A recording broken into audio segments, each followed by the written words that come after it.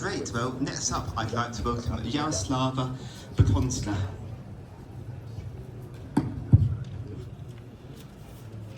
Hello everyone, I'm Yaroslava from Ukraine, and actually I'm a plant scientist doing my PhD in plant biotic stress, but today I would like to tell you about the results of a field study which was carried out jointly by BTU biotech company, which is a producer of biologicals for agriculture, and Kernel Agri Holding, which is the biggest agricultural company in Ukraine. Sorry. Okay, so to start with, I would like to tell you a little bit more about labile humus, because we know that soil organic matter is not uniform, and it can be divided into few categories based on its different physicochemical characteristics and its resistance to microbial degradation.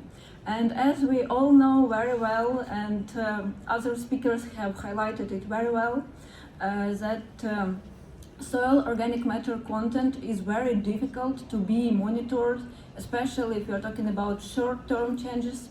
It is quite challenging to notice them, especially if we are talking about positive trends.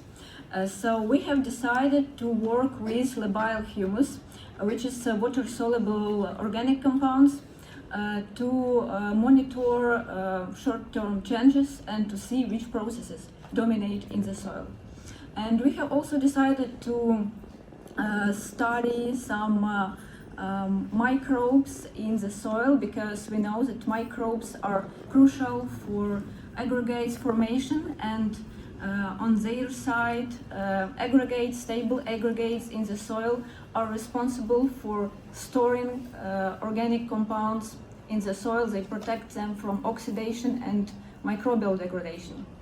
So what was the idea of this long-term study? We know that farmers all over the world, they face problems with soil fertility loss and yield loss, and to mitigate these consequences and to promote sustainable agriculture, they are working on seeking some ways how to improve the current situation. So what we did in our experiment, we used EGU2025, which is a microbial product for plant residues treatment with their incorporation after it in the soil. So what is EGU2025? It's basically a microbial soil amendment. It is based on naturally occurring soil fungi and bacteria, which is used, we recommend it to use as treatment for plant residues before their incorporation.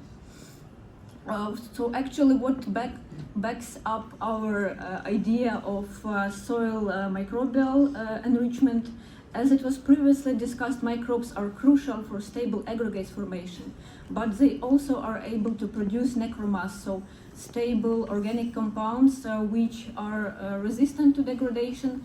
And there is also one more indirect impact, because beneficial microbes can stimulate plant growth, which is beneficial in terms of plant biomass accumulation, because the more biomass we have, the more is potential of organic compounds accumulation in the soil.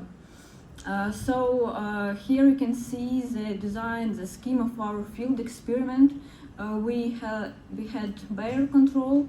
We also had control with application of nitrogen fertilizer without bacteria and fungi, and we also tested different combination and dosages of EGU2025 microbial product on plant residues of predecessor. So this experiment was carried out from 2021 to 2023, and for 3 seasons. And here you can see the result of a third-year measurement of soil labile carbon content in the soil, and we can see that the average increase of soil labile carbon actually is 0.19%, and to roughly assume it, we calculated it that for our soil type it's approximately 6,000 kilos of organic compounds per hectare after 3 years of application. And here we can also see that increased dosages from 2 liters to actually 10 didn't give us some significant improvements, so there is some plateau for microbials use. I'm sorry. Okay.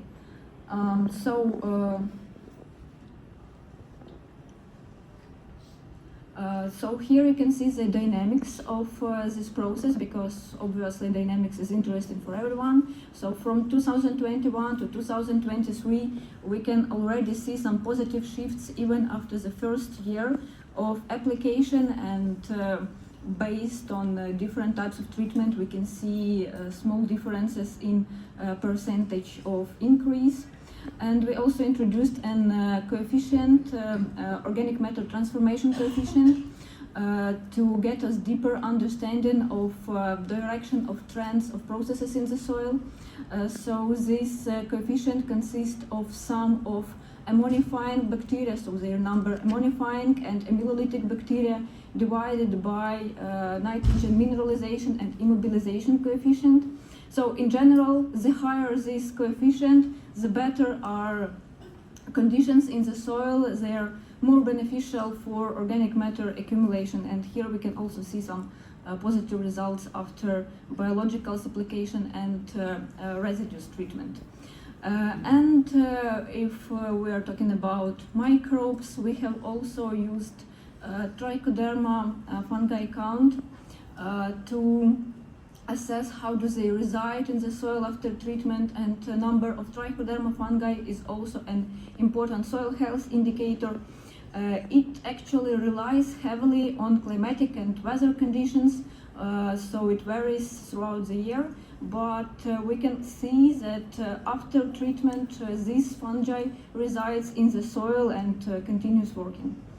And we all know that the best tool for soil microbiome assessment is metagenomic studies, but they are first of all quite expensive, and specimen transportation also makes some limitations. So we used community level physiological profiling method provided by company Biotrax to rapidly assess the metabolic activity and microbiological activity of the soil. And these results are pretty consistent with previously discussed, and because we can see that application of microbial product together with residues incorporation gives us positive results in terms of organic compounds accumulation. To sum up, we know that currently microbial treatment is not included in guidelines by, for example, Green Deal. It is not officially recommended currently. There are just small evidence, but I think that this approach is quite promising, and further studies required to get stronger evidence and stronger recommendations on biologicals application together with residues management. I would be happy to answer your questions, so thank you everyone for attention.